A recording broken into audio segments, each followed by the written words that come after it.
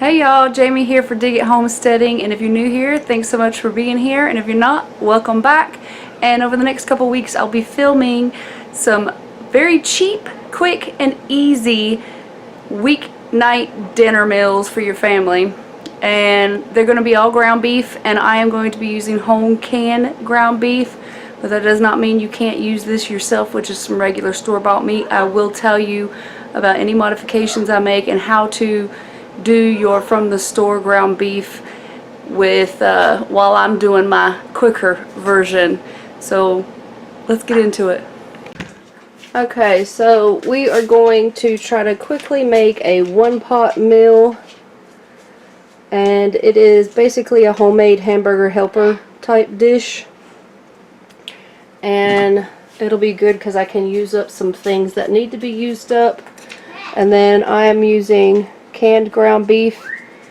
This is probably not quite a pound, but you'd want to cook down about a pound of ground beef and then drain it. And I am going to just add mine to the pot how it is. And this is going to make it even quicker for me on days like today where not everybody's feeling good and we just want to have food.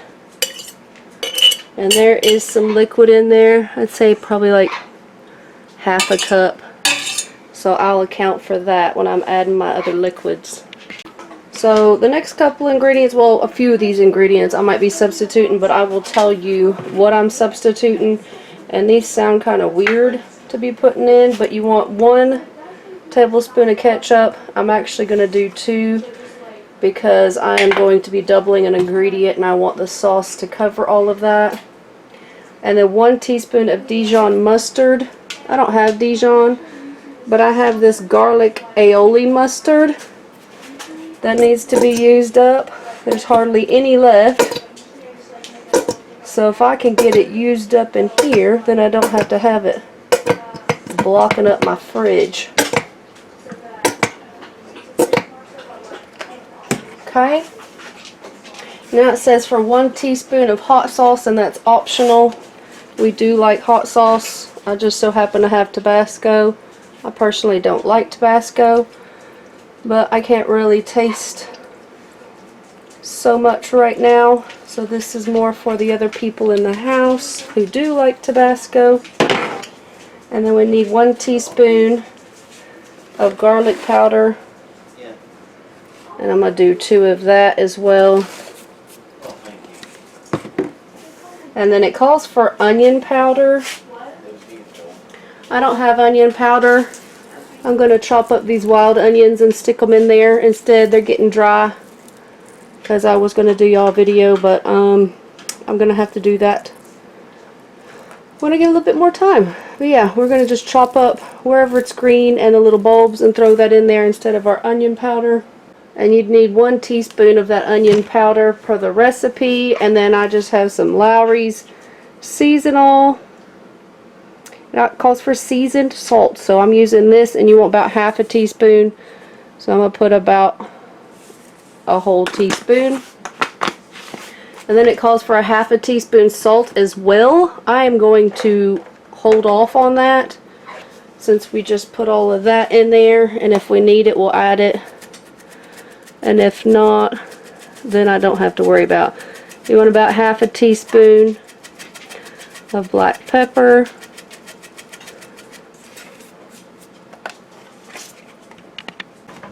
Okay, now I have just the elbow pasta. You can use whatever pasta your heart desires. And it calls for 1.5 cups, but since I'm doubling it, I will be putting 3 cups. And I'm doubling the pasta, not the meat. I know a lot of people do that with their like box store mac and cheese and all the things like that, that you do a box of this and a pound of meat. Do it however you want. This is going to be a very flexible meal for your family. You can add what you like, extra, substitute however you want, and it's going to end up tasting good in the end. Alright, just going to add my little wild onions in there too. And since we doubled our pasta, we need to double our liquid. I've got bone broth, chicken bone broth here. I'm going to put that in, and you need 3.5 cups of broth or water per your 1.5 cups of macaroni. So if you double it, you're going to need 7 cups of liquid. So I'm going to just say I already have about 1/2 cup in here. So I'm going to add this and then fill up the remainder with water to meet my 7 cups.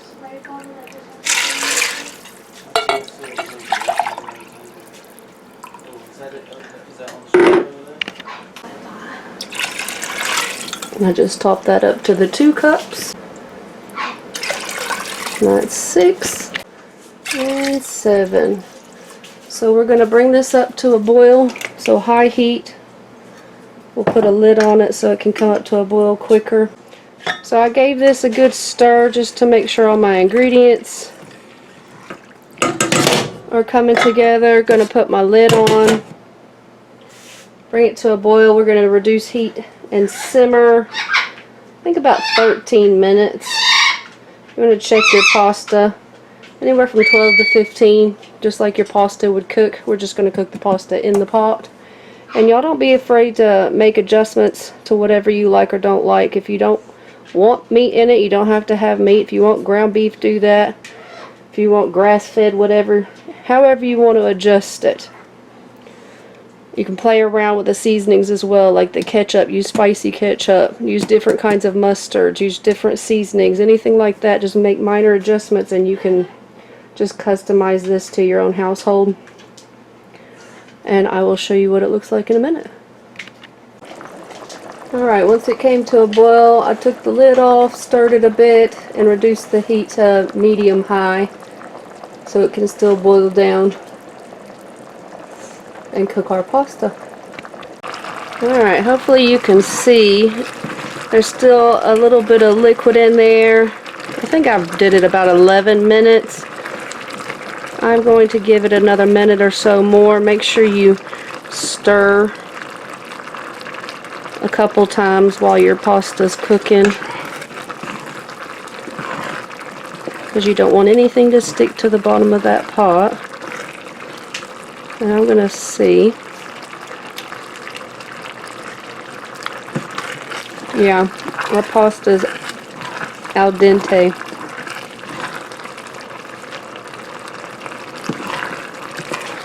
So just another minute more, and then we'll get the hubby in here to taste.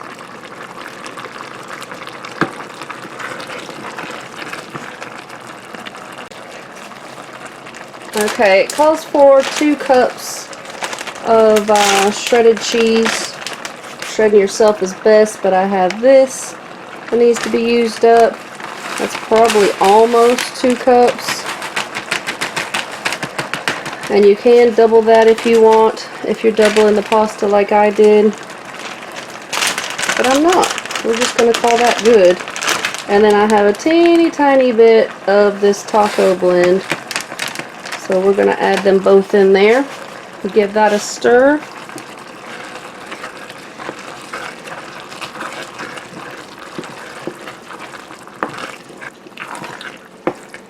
And then you want to have add a 1/2 cup of sour cream.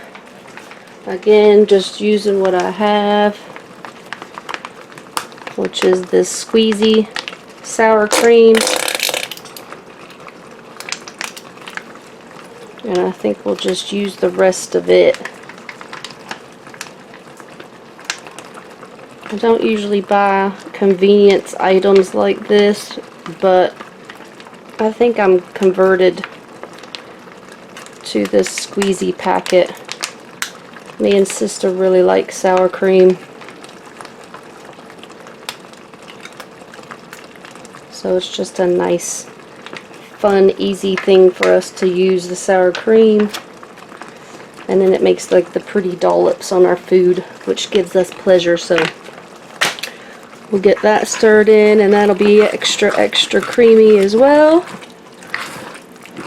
And we'll get him in to give it a taste test and see if we need to add anything. Y'all saw my measurements are not that accurate. Didn't measure anything out. Just adjust as needed at the end. And that looks like creamy, delicious, much healthier without all the preservatives at home. Alright, I got some, he's got some, we're both going to try it. I'm going to see if I can taste. See if I can taste. I can taste cheese. What I can taste kind of tastes like beef stroganoff. That's got like a kick to it. What's that? Tabasco. Oh. I don't taste any kick. And I can't tell if it needs salt. I need a little bit. So we're getting over that C word virus that you're not supposed to say. So this isn't something we would traditionally cook because we don't eat a lot of pasta. But this will fill bellies, and it was super quick. It's not bad, huh? I think it's better than the Hamburger Helper. You do? Yeah. It doesn't taste like cardboard. You know? You want another taste? Sure. Just put your spoon, no. Yeah, let me pour it on there. There you go. So we have a winner. Bellies will be fed, and I cooked it, say 12 minutes, threw everything together. So in 15 minutes. That was hot. You do that all the time. Good Lord. So in 15 minutes, food is ready, and I don't have to exert so much energy. Her belly's on fire. Did it burn all the way down? Yeah, it's down here. Anyway. Good Lord. All right, we'll get you on the next time we use this canned beef for another dinner. If I can eat anything without being burned. Okay, y'all, so tonight we are going to use our jar of ground beef to do a recipe called Unstuffed Cabbage Rolls. There's a fly in here. You might be able to hear the rain. It is hammering down outside. And I was actually meant to do this one 2 weeks ago, but we were all sick, so we're doing it tonight. And I'm very excited to see how the family likes it. I've made something similar to this before, but it's not the exact same recipe. So my cabbage is looking not the best produce, but we're still going to use it. And I will link this recipe down below. I am making some modifications to use things that I already keep on hand, and you're welcome to do the same thing. Please experiment with your recipes. I like to try them once the way they are written, and then make modifications if necessary. But the longer I've been cooking, the more I just make modifications before the first time I do them. Alright, so I've already taken the outer leaves off of it. It's still nice and solid. It just isn't the prettiest. And we're going to go ahead and core that and get it chopped up. I probably should have used my bigger cutting board.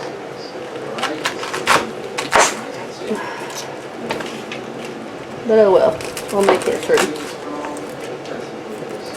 So that's the easiest way I've ever found to core the cabbage.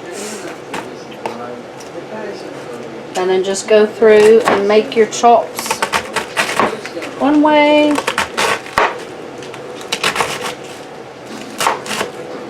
And then the other.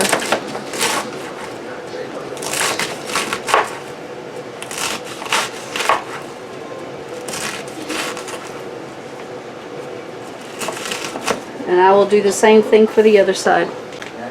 Alright, I'm going to just go ahead and get our onion diced up as well. And the first change that I am making is that if you're following this recipe without canned ground beef, I need to find my worm bin. I usually throw these in there for the worms sometimes if I'm not doing a lot of onions. But anyway, if you're doing not canned ground beef, you'll want to throw your ground beef in with your onions and peppers.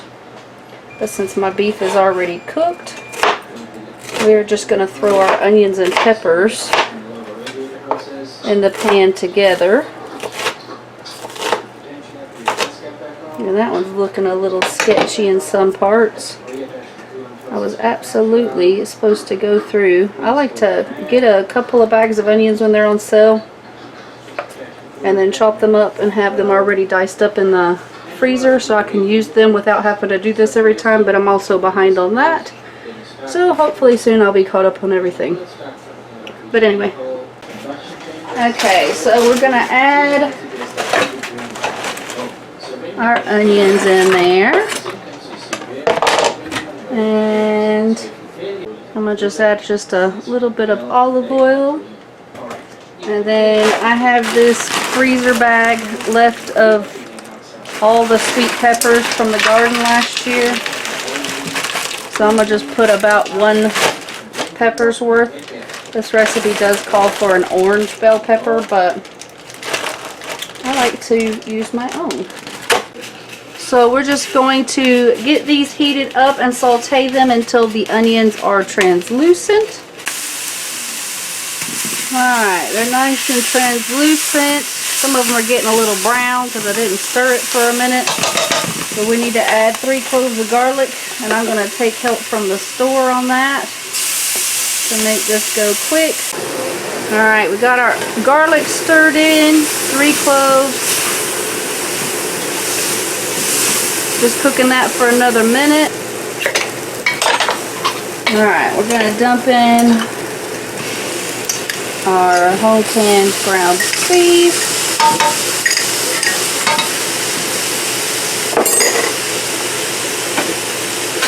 Add our chopped cabbage. Give it a little stir.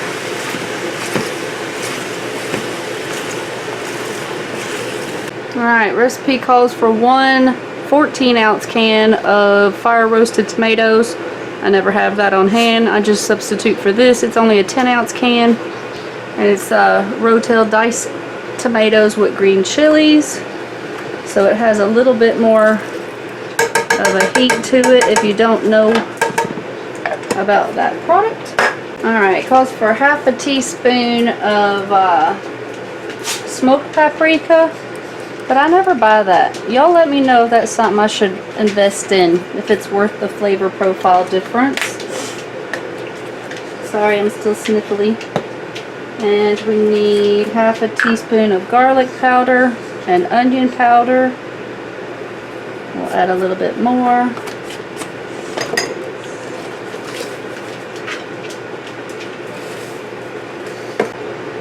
And same thing for oregano. About half a teaspoon. And we're just going to turn that heat back up, give this all a stir, and let it cook down a little bit. And always reread over your ingredients. And the last couple of things we need to do is add salt and pepper. But I want to get this stirred in a little bit more. And if you're Southerner, then you probably know about cabbage rolls. I have used the Lazy Woman's cabbage roll recipe forever. And that one, you can add your rice in and cook some rice down with it, which works great. That's a great recipe.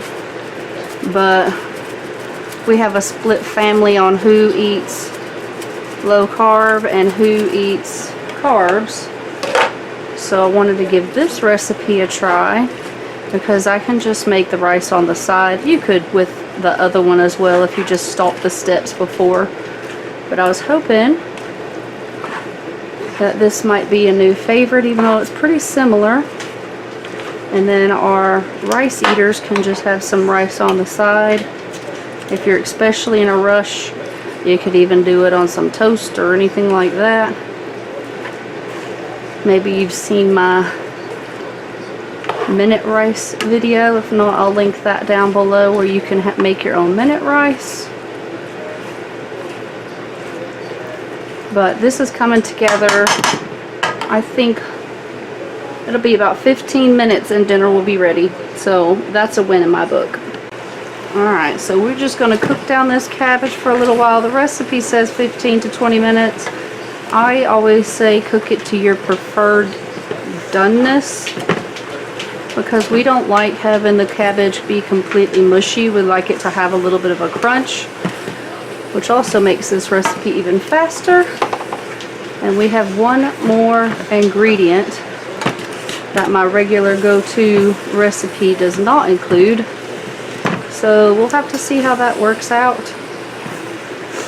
because it's the iffy part for me in this recipe. Everything else in here is very similar to what I've done before, but the last step I've never done, so we shall see. And this is pretty well done for our liking.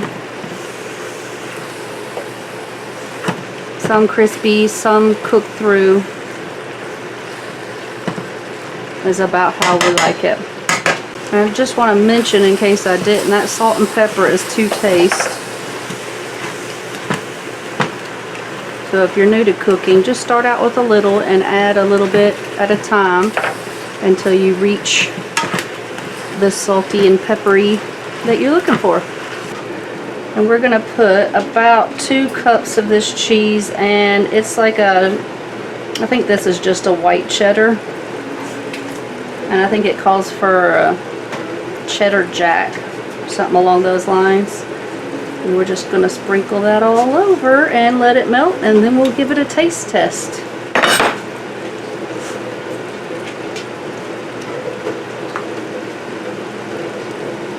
And by the way, you can pre-shred your cheese. Don't cram it in a container that hard like my kiddos did, but you can put it in a little zippy bag, freezer safe bag, and pop it in the freezer and have your own pre-shredded cheese that way. So you can just grab what you need when you need it, or defrost the whole thing. It wouldn't work for this container because, you know, it became almost a solid block again. But this is where I was like, I wonder how that'll work. We love cheese here. I just don't know how it's going to work with this dish. So I'm just going to go around and cover most of it, and we'll call that good enough. I'm going to let that melt down, and then I'll give it a taste test. If you wanted to speed up this cheese melting process, you could also put a lid over it. But I think I'm going to get a bite and let it cool for a second. Ooh, look at that cheese pool. It's not the prettiest, but if you love cabbage, who cares?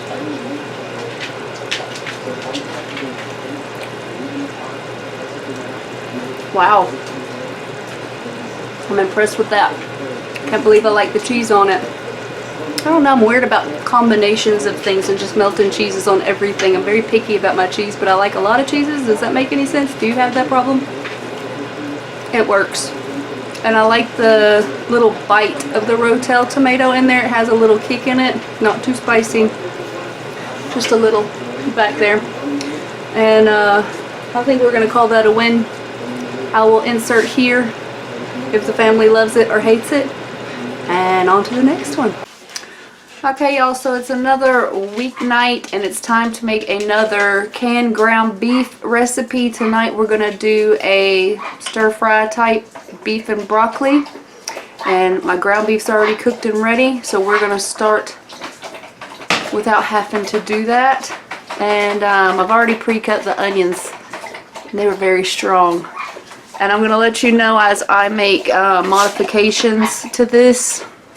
I think it have it on the 3 times, but I'm only going to multiply the broccoli and the seasonings because I don't want to use 3 pounds of ground beef tonight. Plus we really like broccoli, so it makes sense.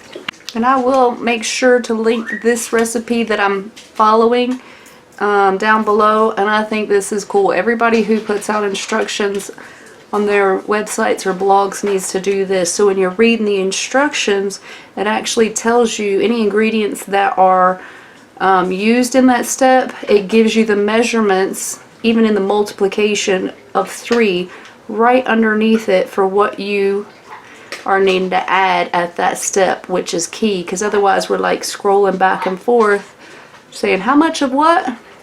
So this is genius how it has each thing listed. Yeah, super cool. I like this idea. Okay, first modification already out the door is it calls for beef tallow, but I have some ghee that I've been using, so I'm going to use that. And it's actually kind of chilly in my kitchen. So we'll get that in there, and then I've got the onions already cut up. I'm not multiplying that by 3, I just did 2 onions that were probably medium large instead of the 3. But the beef tallow, let's see. For 1, you would need 2 tablespoons of beef tallow or cooking fat of choice. So I went by my choice. And then 1 medium onion. And then it also calls for 1 garlic clove minced. I don't want to mince garlic, so we're just going to use powdered garlic tonight. And I'm going to add that in now. Maybe it'll help hydrate that garlic powder. Get my burner on, and we're going to saute this until it's nice and tender and aromatic. Y'all can judge my pan all you want. I like this pan. Somebody burnt something on there, and I got it all out for the most part, but I ain't buying another one until it warps or starts chipping. Alright, they've been cooking a few minutes. They're starting to become a little bit more translucent, and they're softening up a bit, but there's still some in here that need to go a little bit.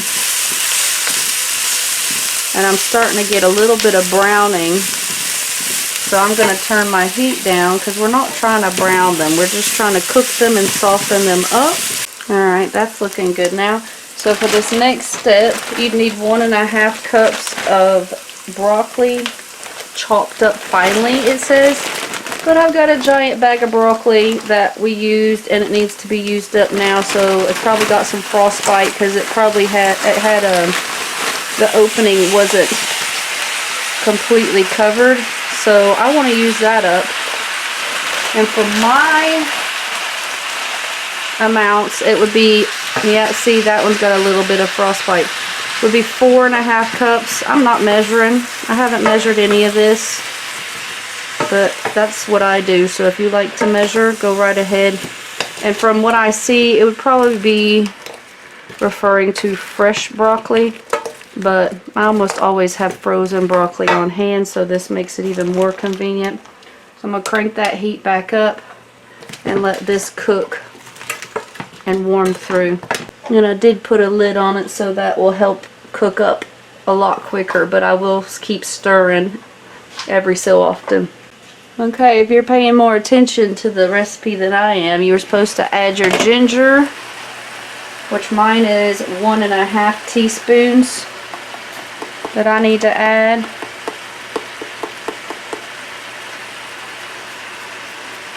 And then your Chinese 5 spice is 1.5 tablespoons.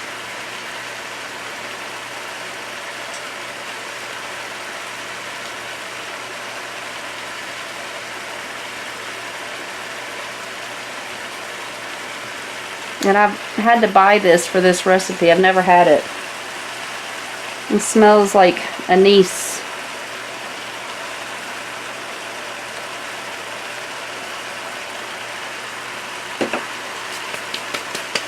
And I'm going to stir all that in, and you would have put that in and then continue cooking over medium heat and then added your broccoli. But I don't really see that it would make much difference doing it this way, but to each their own. So if you did have fresh broccoli, it'd be cooked for about 5 to 7 minutes. So mine's probably going to take a few minutes more than that. So while I'm doing that, I'm going to open my jar, and I find the tightest place it fits with my little multi-tool here. and then I just pop it up and it doesn't damage the lid. And you heard the seal pop. See, no damage to the lid. So I can reuse those for dried foods or dehydrated foods, things like that. So now I've got my ground meat ready. Because for the next step, once your broccoli's cooked, you put your beef in the pan, break it apart, mix in well, add your salt, and then brown it, and then continue your steps. But I can skip that whole step because my ground beef is already done. Alright, just a few more minutes later, I did go through and chop this up a little bit, just with this little spoonula or whatever the heck this is. Just kind of broke it up. We're not really that bothered if we have a big hunk of broccoli.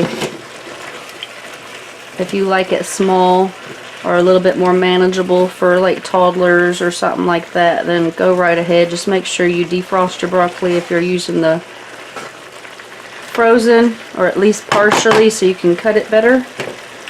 And while that finishes, I'm going to add this ground beef in so it can heat through while the broccoli finishes cooking. And with ground beef that you've canned, some people might not like the texture. There's lots of different ways you can adjust that texture. There's so many videos about canning ground beef. And it's kind of depends on what I put it in for me, if I like it. But everybody else in the family absolutely loves the texture, so that's a win for me because this makes it very convenient for me to cook up something real quick. Before I add any salt, I'm actually going to taste this because a couple of cans of my ground beef were really salty to me. Even though I've never put salt in the ground beef. Okay, that definitely needs salt. And my measurements for the 3 times is 1.5 teaspoons of salt. I'm going to just put this much to start. And I probably had 4 or 5 cups of broccoli in here. And to me, the ratio looks pretty good. So our family definitely prefers probably 50-50 meat to broccoli. So I'm really glad that I added that extra broccoli. This is still probably right under 1 pound of beef in that can or the jar to 4 or 5 cups of broccoli, and I like the ratio that I'm seeing. We've never made this recipe before. I wanted to give it a try because we like beef and broccoli. We like having the canned ground beef ready, available, which after all of these videos I'm definitely going to have to can some more. So let me know if you're interested in seeing that, and I will try to get that video made for you guys as well. Alright, everything seems to be cooked through. The recipe calls for fresh parsley. It has been raining all day and my backyard is like a swamp, so I don't want to go pick fresh parsley. And it would have taken 3/4 of a cup. So I'm just eyeballing it. That's probably 3 teaspoons or 1.5 tablespoons, around that area of parsley. And we're just going to stir that in.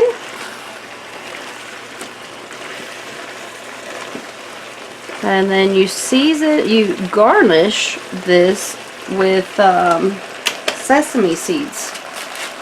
And I have this pack of black sesame seeds, so we're going to use this to garnish today. If you have the white, they taste the same in my opinion.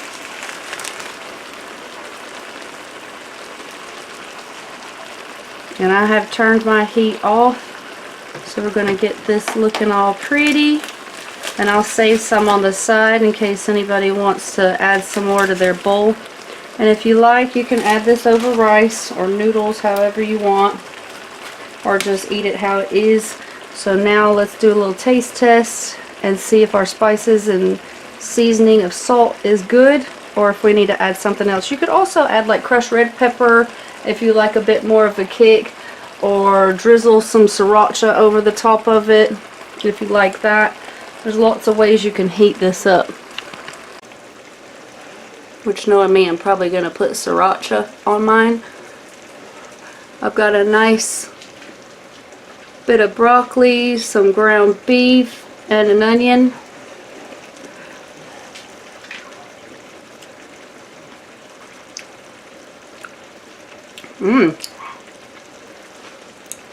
I personally could do with a little bit more salt, but I definitely recommend you taste your food and salt accordingly. And I'll let everybody else have a taste as well and see if they think it needs salt. Because sometimes my salt receptors go off. But that's really nice. We don't like black licorice, and anise or anise can taste and smell a little bit like black licorice, but we really like those flavors, like in Thai basil. And this is very nice. It's a very mild Asian-y flair to it. It's not like the heavy sauced and sweet stir fries that you get a lot. But anyway, let me know if you try this recipe, and let me know down in the comments which one's your favorite so far. Okay, so I had the hubby taste it and he agrees it needs a little bit more salt. And I think my family is really gonna like this. I'm trying to stay away from a lot of the added sugar foods and recipes, so if you're interested in that, please consider subscribing. And we're gonna eat. Okay, y'all, I'm just in from work. I actually got off a little bit early today, so I'm going to show you another, I say quick, but really it's an easy, more of a hands-off meal to do with your home canned ground beef. And we have plans to go to the movies tonight, so I've got this lovely organic homegrown spaghetti squash. It's now spring, and this has been sitting in storage in my pantry. I think into summer, fall is when I harvested all of these. I can't remember which ones because we've had quite a few. We got some at the end of summer and some at fall. But this will be plenty enough to feed my family of 4. I have 2 adult males here, so they can have quite a bit of that and be just satisfied.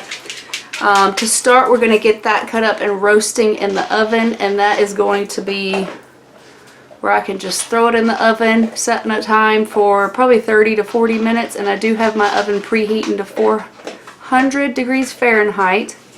I don't know what that is in Celsius. And I'll show you how I get it cut up and prepared, throw it in the oven, and then I can go sit down and rest and do some work from home that I need to get done as well.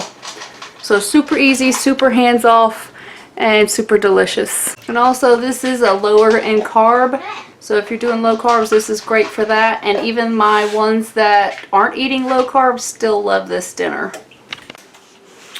Alright, so we are very awkward to try to show you things around here. If you're new, my lighting is pretty bad in my kitchen. We do hope to make some renovations at some point. But time, money, and energy is always a problem. So I just topped it. Now I'm going to try to go through the center.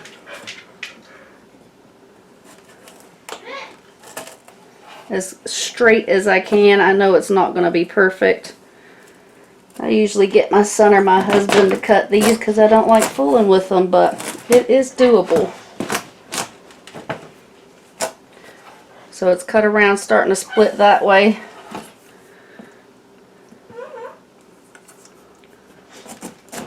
Okay. Just kind of score it down and then go back. That's the easiest way I've ever found to do it.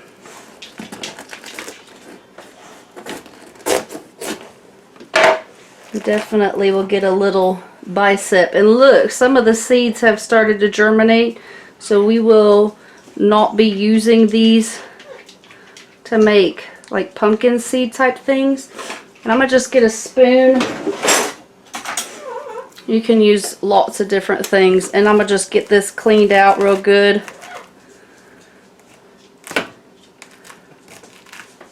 And I say this has absolutely stored really well. But just like you clean out the inside of a pumpkin for a jack-o'-lantern, you just scrape all that goodness out. And I'll show you what I do next. Alright, that's what they look like. All of this will go to the chickens, and squash seeds will actually worm your chickens. So that's a win-win. Now I'm just going to take some just regular cheapo olive oil. Shush. Salt. Where you're salting for the whole side.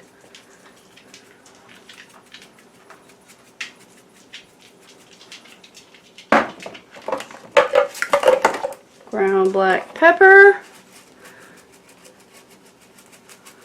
And then we're just going to rub it in all over until the whole thing's covered.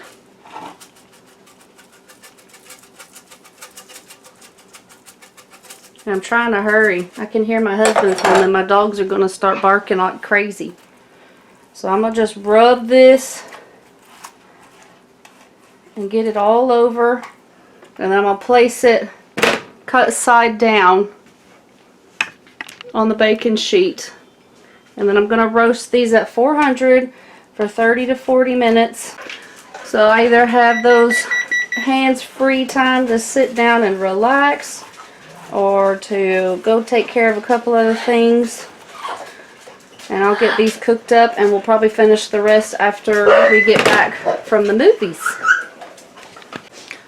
Okay, so the family and I are back from the movies, and we went and saw the new Ghostbusters, and we give it a thumbs up. We were very impressed with that one. Let me know down in the comments if your family has been raised watching Ghostbusters, or if y'all are fans. I was definitely raised watching Ghostbusters, and so are my children. So we like to go watch it when it comes out. Anyway, let's see. And I did just turn off the oven for this spaghetti squash because it was done when we ran out the door. So we need to just finish up a few things, and then we'll have dinner. Alright, so that's what it looks like when it come out. I used my rag and pushed to see if it was done. You just turn them over, and I like to cut them how we're going to eat them.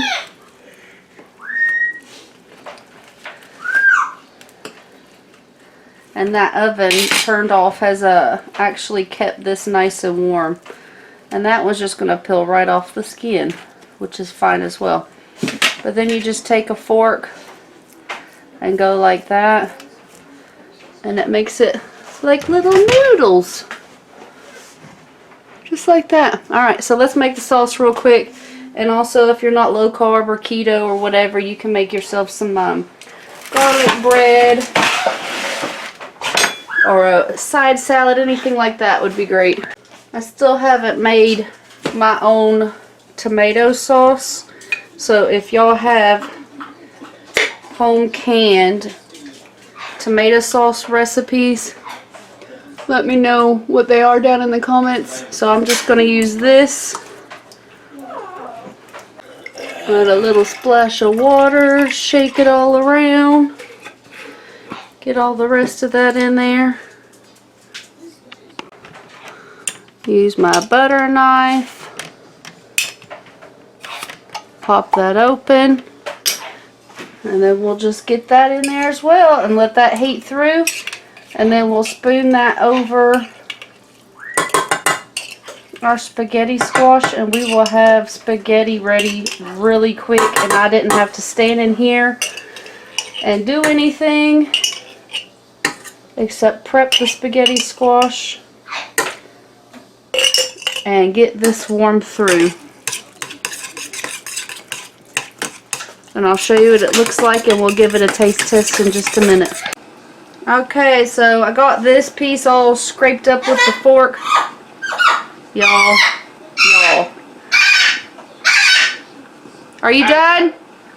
Sorry, my bird definitely loves when I cook, and she knows dinner is about done. And her previous owners used to feed her Chef Boyardee, so she usually screams whenever I make spaghetti anything. No. So she kind of loses it. And you could use your fresh grated Parmesan or whatever, as you see. This is part store, part my own hard work, so we just have some of this shaker cheese that needs to be used up. And we'll top that, and then we'll have a taste just as soon as it's cooled off a little. Got a little bit of the sauce, the spaghetti squash. And I definitely would start giving this to little bitty kids and call it spaghetti, like when they first start to eat, because then you can just feed it to them and they're eating vegetables and they don't know what the difference is for spaghetti. Good way to trick them into eating it, because it definitely looks a lot like spaghetti. But anyway, I'm going to taste it because my bird's about to lose her mind again. Mmm. Very good. And I don't mind taking the help from the store because I ain't got time right now to do my tomatoes. They're still in the freezer from last summer. I'll get to them when I can. But anyway, I don't know if we have another one coming up. Oh, we do. We have one more coming up that I'm planning to record. So we'll do that one next. Oh, and I wanted to quickly tell you, this is a great option for those who don't really like pasta. I didn't know that was a thing until I met my husband. And he doesn't prefer to have pasta, but he really likes this. So if you're also gluten-free or low carb, whatever it is, this is a really good option. And so it's a good compromise for people who want spaghetti in our house versus people who don't want to eat spaghetti. And about the broccoli stir fry, beef and broccoli stir fry, everybody wanted more broccoli. Like the ratio, I only multiplied the broccoli, not the ground beef. And everybody agreed that there should have been still more broccoli. So the ratio to broccoli versus beef just wasn't quite enough. And for me to have the texture of the beef, I wanted more broccoli as well. So I will definitely do that again with way more broccoli. Because when you get it from the takeout, you have a lot more broccoli than you do beef. So maybe that's where we're getting it from, but we also really like broccoli. So that might be our own issue. So absolutely think about the ratios that you and your family like for any of this and adjust accordingly. Hey y'all, so tonight we are going to make a crustless taco pie with our home canned ground beef, or you can just use whatever from the store if you like. Your instructions will be a little different from mine. I will link the recipe below. We're going to get to skip a step. You would have to cook your ground beef and add your seasonings. I am going to just mix everything together and get it going. And you will hear my pressure canners going. That's because we spent all day in the kitchen today processing pumpkins together. So if you haven't seen that video, go ahead and check it out. And I will leave a link below for that. So let's jump into it because I'm tired, people are home, and they are hungry. So let's see how quickly we can get this whipped up together. To start, I have 2 of these pie dishes, and I am going to take the easy way and grease them with my spray. I have the other one back here holding my eggs. I am doubling my recipe today, so keep that in mind. We are just going to pop this jar open.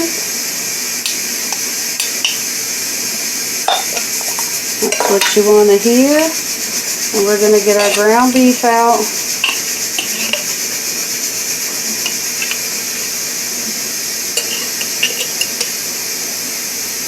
Into our bowl here.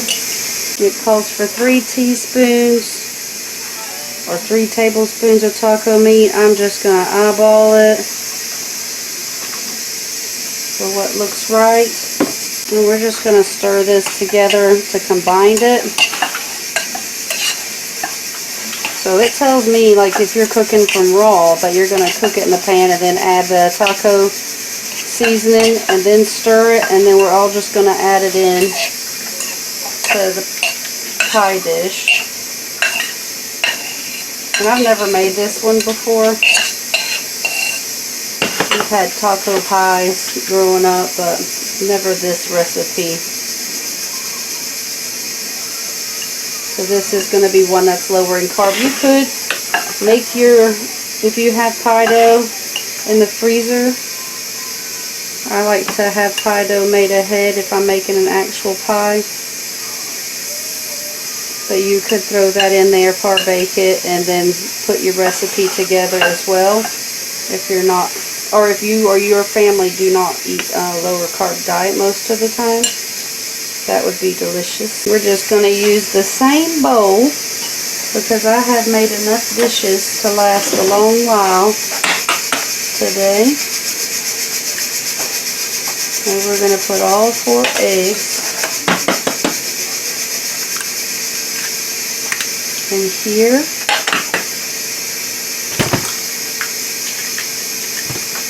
And these are fresh yard eggs, that's why I'm cracking them separately. To our eggs, we need to add 2/3 cup of heavy cream. Sorry, I left that cabinet open. Now you might be able to see. That was 1/3, and there's 2/3.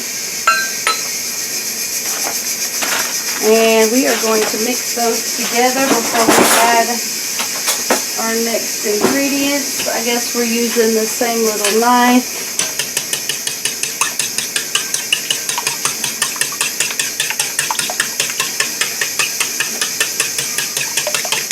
Just to get that incorporated a good bit. And I'm deviating, even though I've never made this, because I have homegrown green onions and that's what I like. So I'm going to add those in there.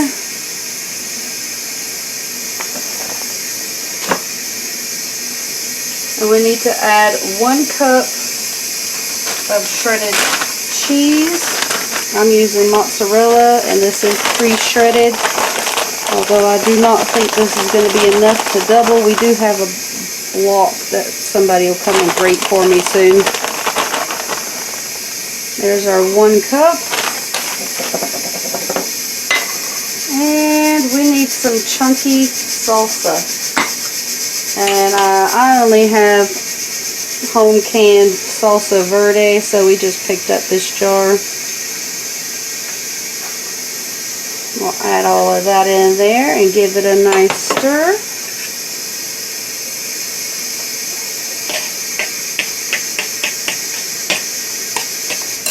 And I am just making one at a time. That way I don't dirty up more dishes. It calls for 1/2 teaspoon of garlic salt. All I have is powdered garlic. And then 1/4 teaspoon of black pepper. And I am not gonna add salt to this because I find a lot of the times our canned beef is extra salty. So I'm just not gonna salt it. And if we need to add salt, then that's fine, but I don't want it to be extra salty. Alright, if I didn't say, I've already got my oven preheating to 350. So we're just going to pour this on top of our ground beef.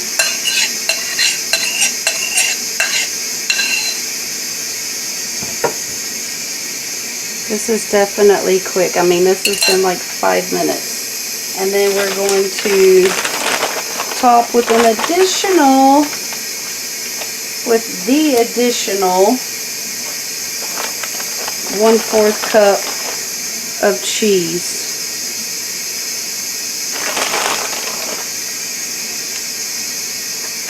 And then we will put this in the oven and bake it. Let's see, I don't even know how long. 35 to 40 minutes, or until the center is set and the top is golden brown. Alright, so I'm going to get the next one done, and I will show you what they look like at the end. Alright, just a few minutes, and we've got 2 crustless taco pies ready to go. They look lovely, and that cheese ended up being enough. We just made it work. No point in opening another one for a little bit of cheese. 30 to 40 minutes, and we will be eating dinner, and I can go sit down and relax now while this bakes. I'm making 2 tonight, because we have an abundance of eggs and it's always good to get rid of them in a way like this. And so if we only eat 1 pie, then I'll let it cool, put some saran wrap and foil on it, pop it in the freezer, and then we'll have one ready to go that we can just heat up another night. So that will be perfect. Make one now, make one for later kind of thing. And that will be no work except throwing it in the oven. So work for myself ahead was the ground beef, so I helped myself there. Now I'm helping myself with the thing I helped myself to help myself later, so I'm just going to keep helping myself. Y'all help yourself too. Does that make sense? I sure hope so. Anyway, we are going to, I believe we have avocado. We're going to serve it with that and some sour cream, and chopped tomatoes would be good. Little side salad, maybe some cilantro. I have some cilantro, so we'll see if anybody wants that. I'm probably just going to dry that because our family doesn't love cilantro. But I'll show you what it looks like coming out. Alright, here's what they both look like coming out. This one I took out a few minutes early and let this one go a little bit more so you can see it does deflate. So we're going to let them cool a few minutes, and then we're going to cut it. Our avocados weren't great, so we're just going to have it with sour cream tonight. And I will let you know if everybody enjoyed this meal, since we've never made it before. And then we're just going to have to get this kitchen cleaned up because it's a mess. Sorry, sister. Anyway, if I didn't do an outro, hope you enjoyed all these videos. Hope you got some inspiration, maybe found a new recipe you'd like to do for your family. And if you did, please remember to hit subscribe, leave a like and a comment. And I will see you on the next one. Love y'all. Bye-bye.